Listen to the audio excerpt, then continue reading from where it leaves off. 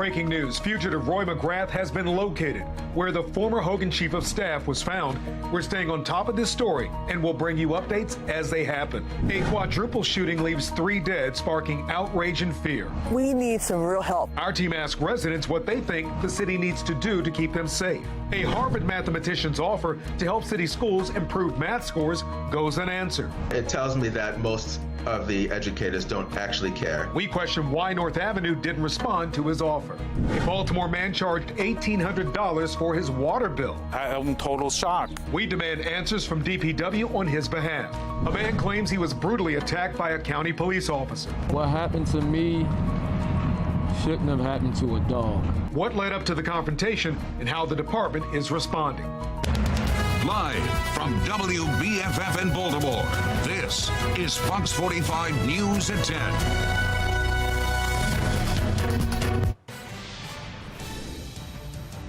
Good evening, I'm Kai Jackson. And I'm Mary Bubala. We begin with that breaking news. U.S. Marshals confirm Roy McGrath has been captured in the Knoxville, Tennessee area. The former Hogan chief of staff had been on the run for almost a month after failing to show up for his federal trial March 13th. Fox 45's Jeff Abel joins us live with what we know so far in this. Jeff?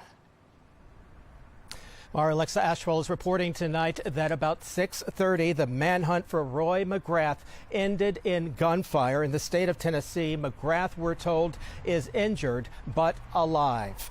Federal agents launched a nationwide manhunt for McGrath some 3 weeks ago when he failed to appear for his federal fraud trial in Baltimore. The FBI, however, is providing few details at this hour about his capture, which we're told happened during a police-involved shooting near Knoxville, Tennessee. A spokesman is saying that the Governor Hogan's former chief of staff was injured during that confrontation and was transported to the hospital, but it is unclear whether agents shot McGrath or if he wounded himself. But again, Roy McGrath captured in the state of Tennessee, alive but injured. We will have many more details as they become available tonight. For now, we're live. Jeff Abel, Fox 45 News. All right, Jeff, thank you. Over the past 3 weeks since McGrath missed his trial date, there have been mysterious writings of his time in office.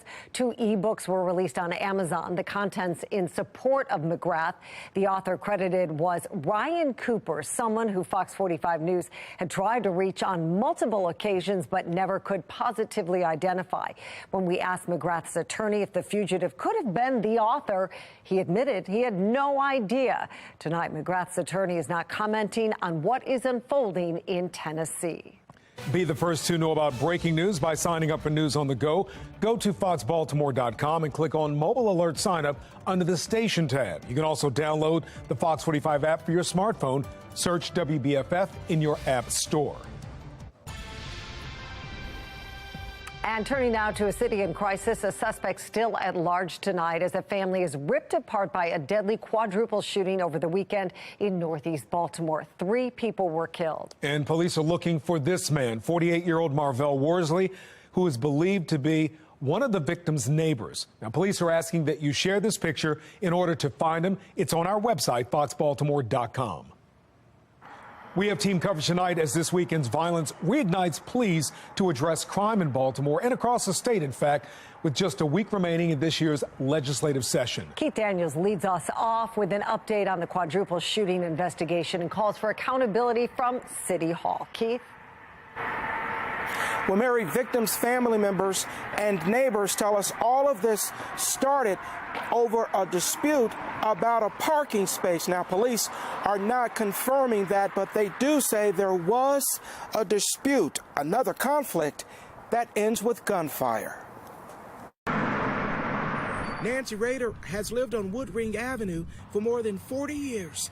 In a neighborhood, she says, once quiet, now the peace disturbed often. Most recently, by deadly gun violence. We had company, and one of the company heard the gunshot. A deadly quadruple shooting on the block Saturday. 3 people killed, another critically wounded. The suspect identified as Marvell Worsley on the loose.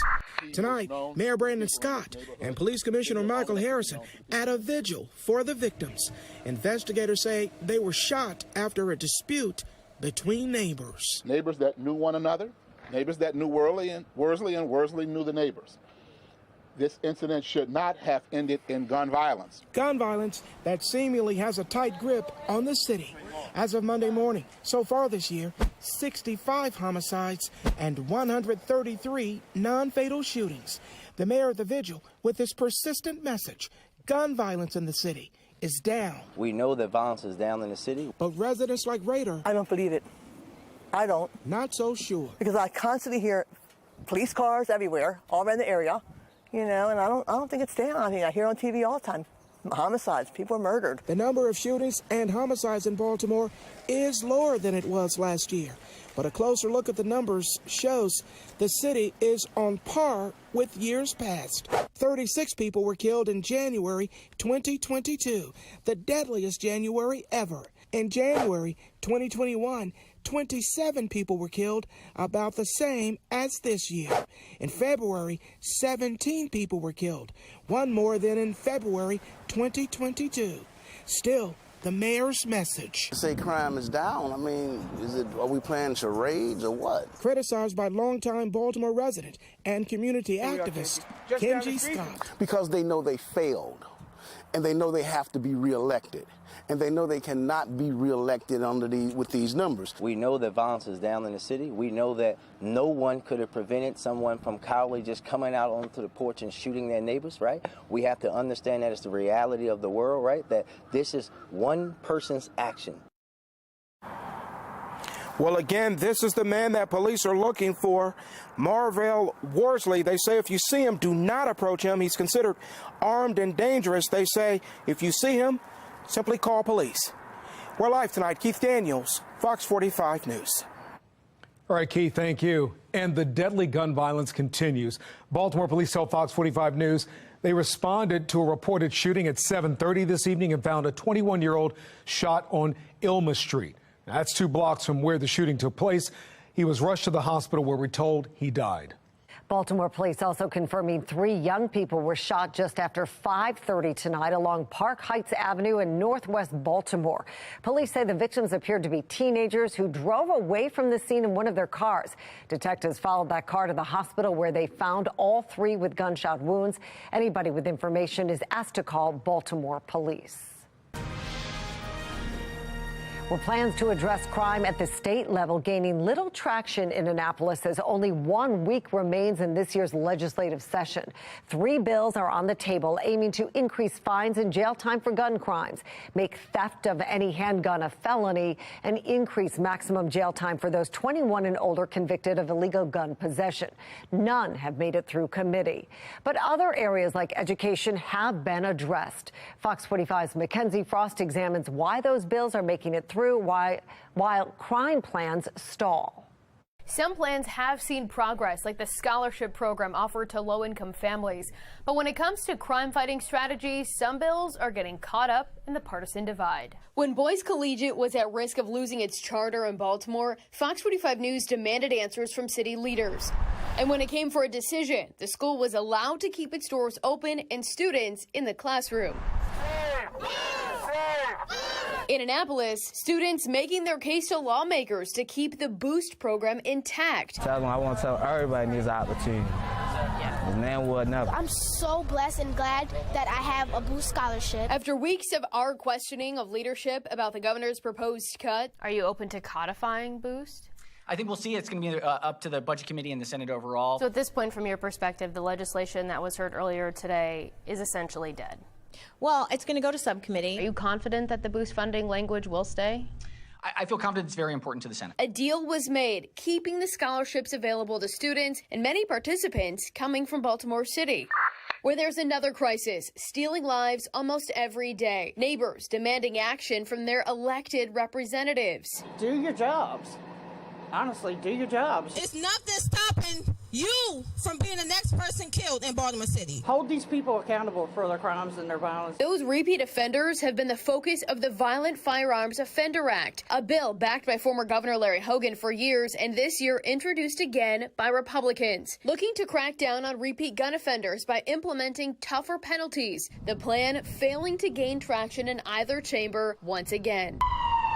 On the heels of a quadruple shooting this weekend, leaving 3 dead, Fox 45 News sending Baltimore City Senate and House delegation a few questions about anti-crime legislation, asking, is there any hope for the Violent Firearms Offender Act to move this session? If not, why won't you support legislation targeting these repeat violent offenders? What do you say to families who are asking lawmakers to act swiftly to curb violence impacting their communities? Senator Antonio Hayes saying during a Zoom interview, longer sentences doesn't deter crime. I haven't supported it. Why don't you support it?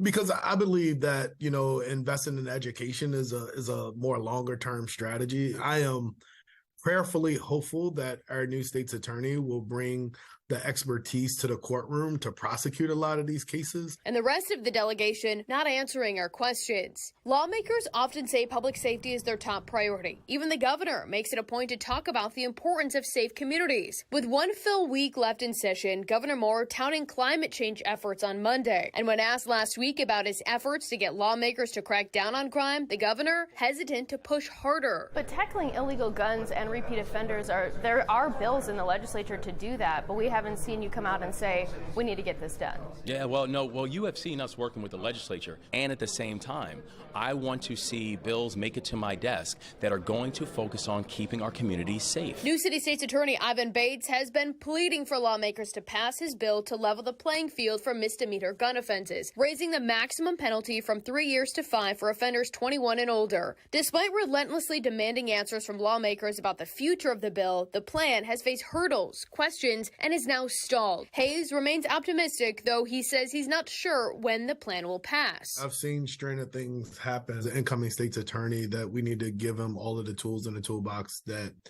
he says that he needs in order to get the job done. There's been a history of such bills being defeated. Towson University rhetoric professor Richard Vatt says lawmakers could vote on these plans. They imply they're appalled by Baltimore as being a war zone, but they typically have cold feet when it comes to acting. But now the clock is ticking for things to get done before the end of session. Lawmakers are expected to work right up until midnight next Monday on the final day of session. And until then, we'll continue to demand answers from those lawmakers to find out what they're doing to craft policies to curb crime in communities all across the state.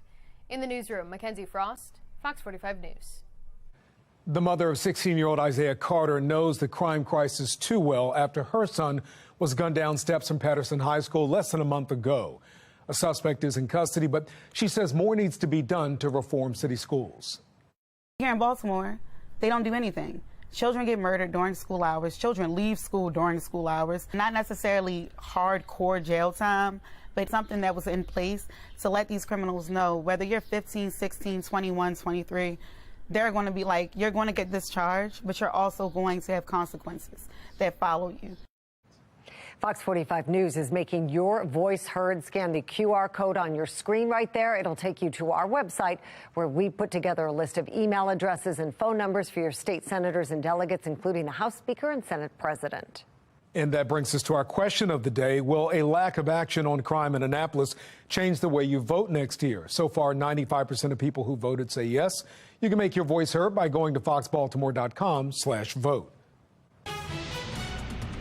Cleanup continues tonight after severe weather hit our area this weekend. Here's a look at what's behind after an EF1 tornado touched down in Cecil County. A nearby farmer told Fox 45 News the storm destroyed his property, sending pieces of his barn flying everywhere. And a person has died following this tornado in Bridgeville, Delaware. Cameron Goff shared this video from his dad's front yard on Saturday. Chief Meteorologist Jonathan Myers is here with an update from the National Weather Service. And boy, did we really dodge a bullet here in Baltimore, in our general area. Just as close as you saw there, Cecil County got some tornadoes, and really just kind of a swarm of tornadoes. Those are all being kind of completed in terms of their damage surveys from the National Weather Service office up in Mount Holly, New Jersey. That's kind of the Weather Service office just to our north and northeast. And the strongest of all these tornadoes, you see there's several EF1s, EF2s, is this Bridgeville, Delaware EF3. And that came in with winds up to 140 miles an hour. That is a significant tornado. If you've ever driven down the ocean and driven through Sussex County, Delaware, you've probably been through this area. This happened Saturday evening at 5:59 p.m. Was on the ground for about 20 minutes at an EF3 with 140-mile-an-hour winds. This is not too far in dissimilarity from what we saw in La Plata back in 2002, if you remember that one.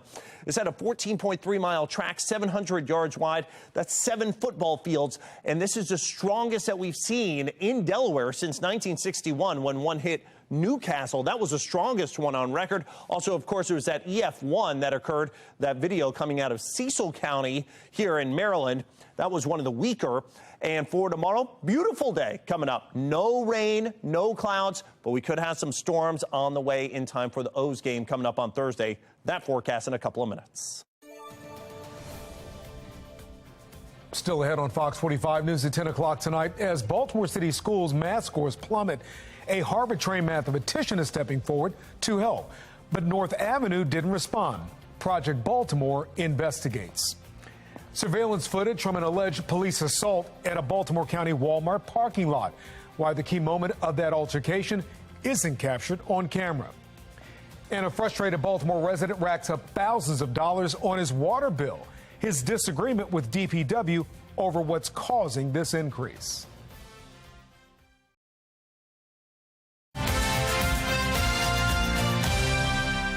Help could be coming to Baltimore City schools to try to increase math scores. Just 7% of 3rd through 8th graders last year tested proficient in math. And now a Harvard University-trained mathematician has reached out to city schools offering to help. But as Project Baltimore Chris Papps explains, City Schools hasn't replied to his emails. Dr. Jonathan Farley knows math. Going back to the dawn of human history, it seems as if people have found that math is an important subject. You can't build the pyramids without math. In the 1990s, Farley earned a doctorate in mathematics from the University of Oxford and graduated with honors in mathematics from Harvard University. He's taught mathematics at Vanderbilt and MIT, along with high schools in New York, California, and Massachusetts. Now, he's a professor at Morgan State University, and he wants to help Baltimore. It does not have to be that way. There's a shocking number of city schools. Farley was watching in February when Project Baltimore broke the news that 23 Baltimore City schools had 0 students who took the state test last year score proficient in math. Following that report, Farley sent this email to 4 of those schools. He wrote, "I can increase the number of students proficient in math next year, and I can show you how to get the funding for the program." Farley sent that email nearly a month ago.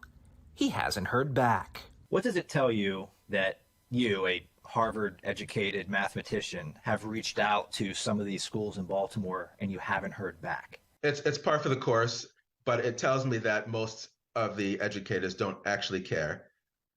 In fact, what they seem to be more concerned about is just having a high graduation rate, which is, to me, meaningless. The program that Farley offered the schools is a 3-pronged approach he's developed over years to better teach young people math. Step 1 is perhaps the most important. Farley says math requires concentration. His program starts by removing the students who cause distractions. Get rid of the maybe 3% of students who are troublemakers. They can go somewhere else, they can be suspended, they could be expelled even, but then the other students would have a chance to thrive. Step 2, drills and repetition. With the problem students gone, Farley begins to train the brain to focus on math. How do we learn? By repetition. But it's true that you do lots and lots of problems. Step 3 is to create accelerated programs. Allow students to compete against each other for the top spots. I think everybody is going to be raised up if they see some stellar students doing some great work. Farley's program has been instituted in school districts such as Greenburgh Central in New York, where the superintendent praised the program, saying, "We can all learn something about mathematics from Dr. Farley. His innovative approach to math has earned him distinction internationally." When Project Baltimore broke the news about the 23 schools, North Avenue declined an interview. Instead, the district issued a statement with the steps it's taking to improve math scores. They include professional development for teachers, summer learning, and an extended learning period at the end of the day. The district added that it's confident the strategy will work. It sounds good on its face, which is, of course, why they told you that. Project Baltimore wrote North Avenue, asking if they plan to contact Farley to discuss his offer. The program wouldn't cost city schools anything. Farley said he can get the funding from private companies or philanthropists. We received this reply. We appreciate Mr. Farley's offer, although we find WBFF TV's advocacy of his proposal oddly self-serving given its coverage. If we have further interest, we will contact him directly. In the meantime, if Mr. Farley or any other member of the community would like to review the concrete steps we are taking to increase math proficiency, we encourage them to learn more at baltimorecityschools.org. I actually love math more than people. Farley has devoted his life to studying and teaching mathematics. He offered help to Baltimore City because he knows how important math is, not just for our city or our country, but to the world. Maybe it's too soon. And he's not giving up. But hope springs eternally. One day soon, maybe city schools will respond to his emails. I'm Chris Pabst, and this is Project Baltimore. Well, congratulations are in order for our Project Baltimore team, taking home an Investigative Reporters and Editors Award for its Disabled and Denied report on education access for students with disabilities. IRE judges say the Project Baltimore team exposed multiple examples of corruption with contractors in the school system, hurting kids in the process. The release went on to say Project Baltimore's reporting combined personal narratives and dogged reporting, showing the profound impact that can come from sticking with the story. This is the 4th IRE award for WBFF and Project Baltimore. And around here, as we head toward opening day, temperatures go up, but also take a look. Rain chances due too. Some warmer weather ahead, mid-70s to around 80. And as we take on the Yankees here, working into Thursday, of course, our first pitch at 3:05 p.m. and showers and storms have a good chance of being a part of the forecast. May have some delays due to that. 5th inning, occasional showers left over and showers diminish towards the end of the game, but could be some rough weather there. I'll let you know if it sticks around for Easter in a couple of minutes.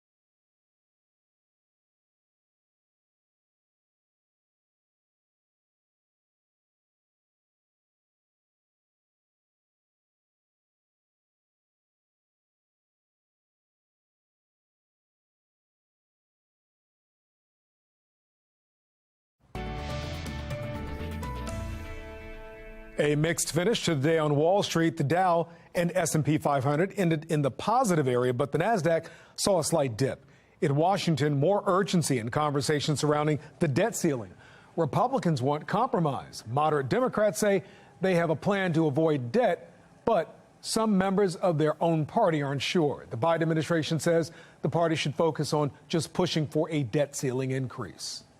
Well, a major deal in the sports entertainment industry as WWE is merging with Endeavor, the parent company of UFC. The new company expected to be worth more than $21 billion. Vince McMahon will keep his role as WWE executive chairman, but Endeavor's CEO will lead the joint company. Don't forget, Fox 45 has your WWE coverage live every week. Tune in to Friday Night SmackDown on Friday nights at 8. Ahead at 10:30, differing accounts of an altercation in a Walmart parking lot. One man's story of a police officer attacking him and why the department tells another story. Former President Donald Trump heads to New York City. I'm Christine Frizzell with what to expect as he makes his way to court.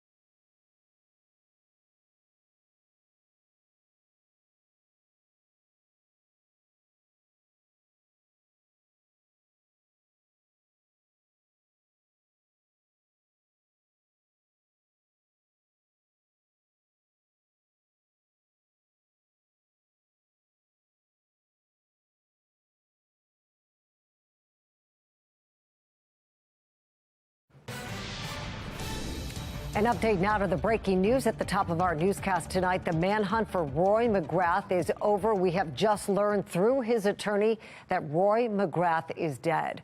U.S. Marshals closed in on him in the Knoxville, Tennessee area tonight. The FBI says an agent was involved in the shooting and that McGrath was rushed to the hospital, but it's not clear if the fatal shot was self-inflicted.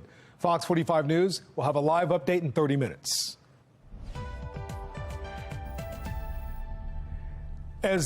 We begin here with a man who asked DPW to fix a problem several times. The Department of Public Works is blaming a leak on an excessive water bill, but the man and his plumbers feel something else is at play. Fox 45's Jeff Abel explains. I'm total shock. For Akiva Kent, it was sticker shock. The August water bill on his Pikesville home was like nothing he'd seen before. I know, honest to God, I Don't use this amount of water. His water bill, which has long hovered around $40 a month, had jumped to more than $300 in August, enough water to fill a backyard swimming pool, which Kent does not have.